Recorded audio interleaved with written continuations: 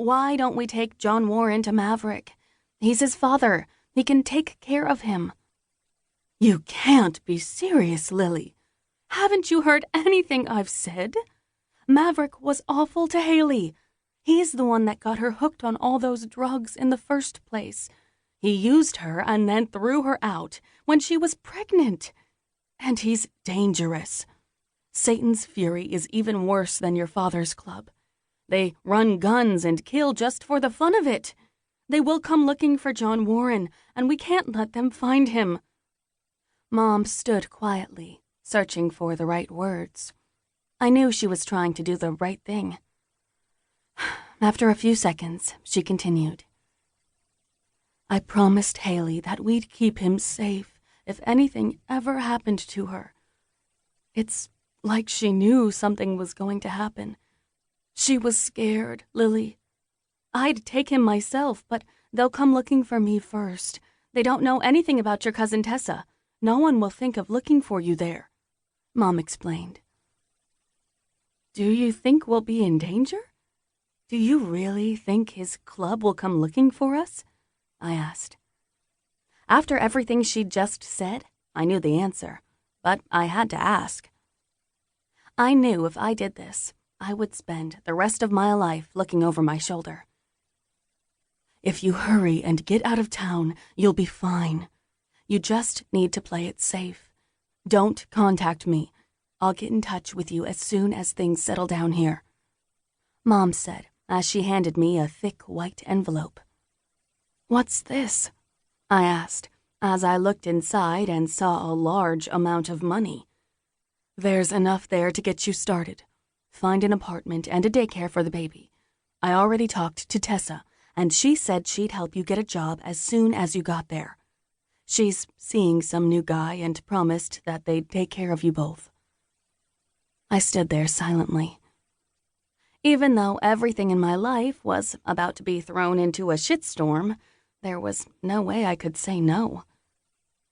When I looked back over to John Warren, I couldn't help but think of Haley. His dark hair and that cute, lopsided grin reminded me so much of her. I walked over to him and bent down to meet his gaze. He hadn't made a sound since Mom walked into the house with him. I ran my hand over his little head, smoothing the baby-fine brown hairs. His mouth curved into a small smile that melted my heart.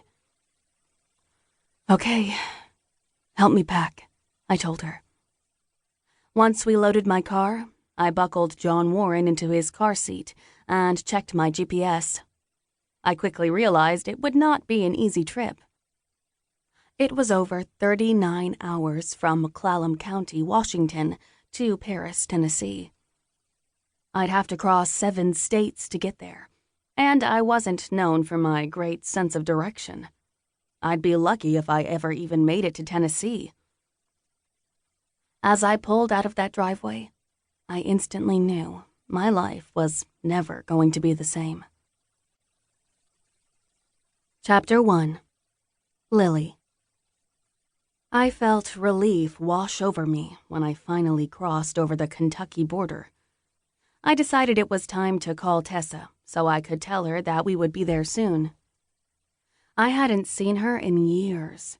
The last time I talked to her, she had been getting a divorce and was planning to move with the kids to the old lake house.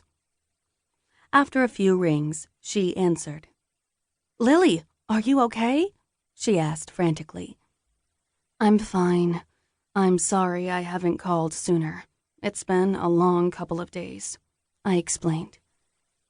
"I've been worried to death about you. I didn't know what to think when your mother called.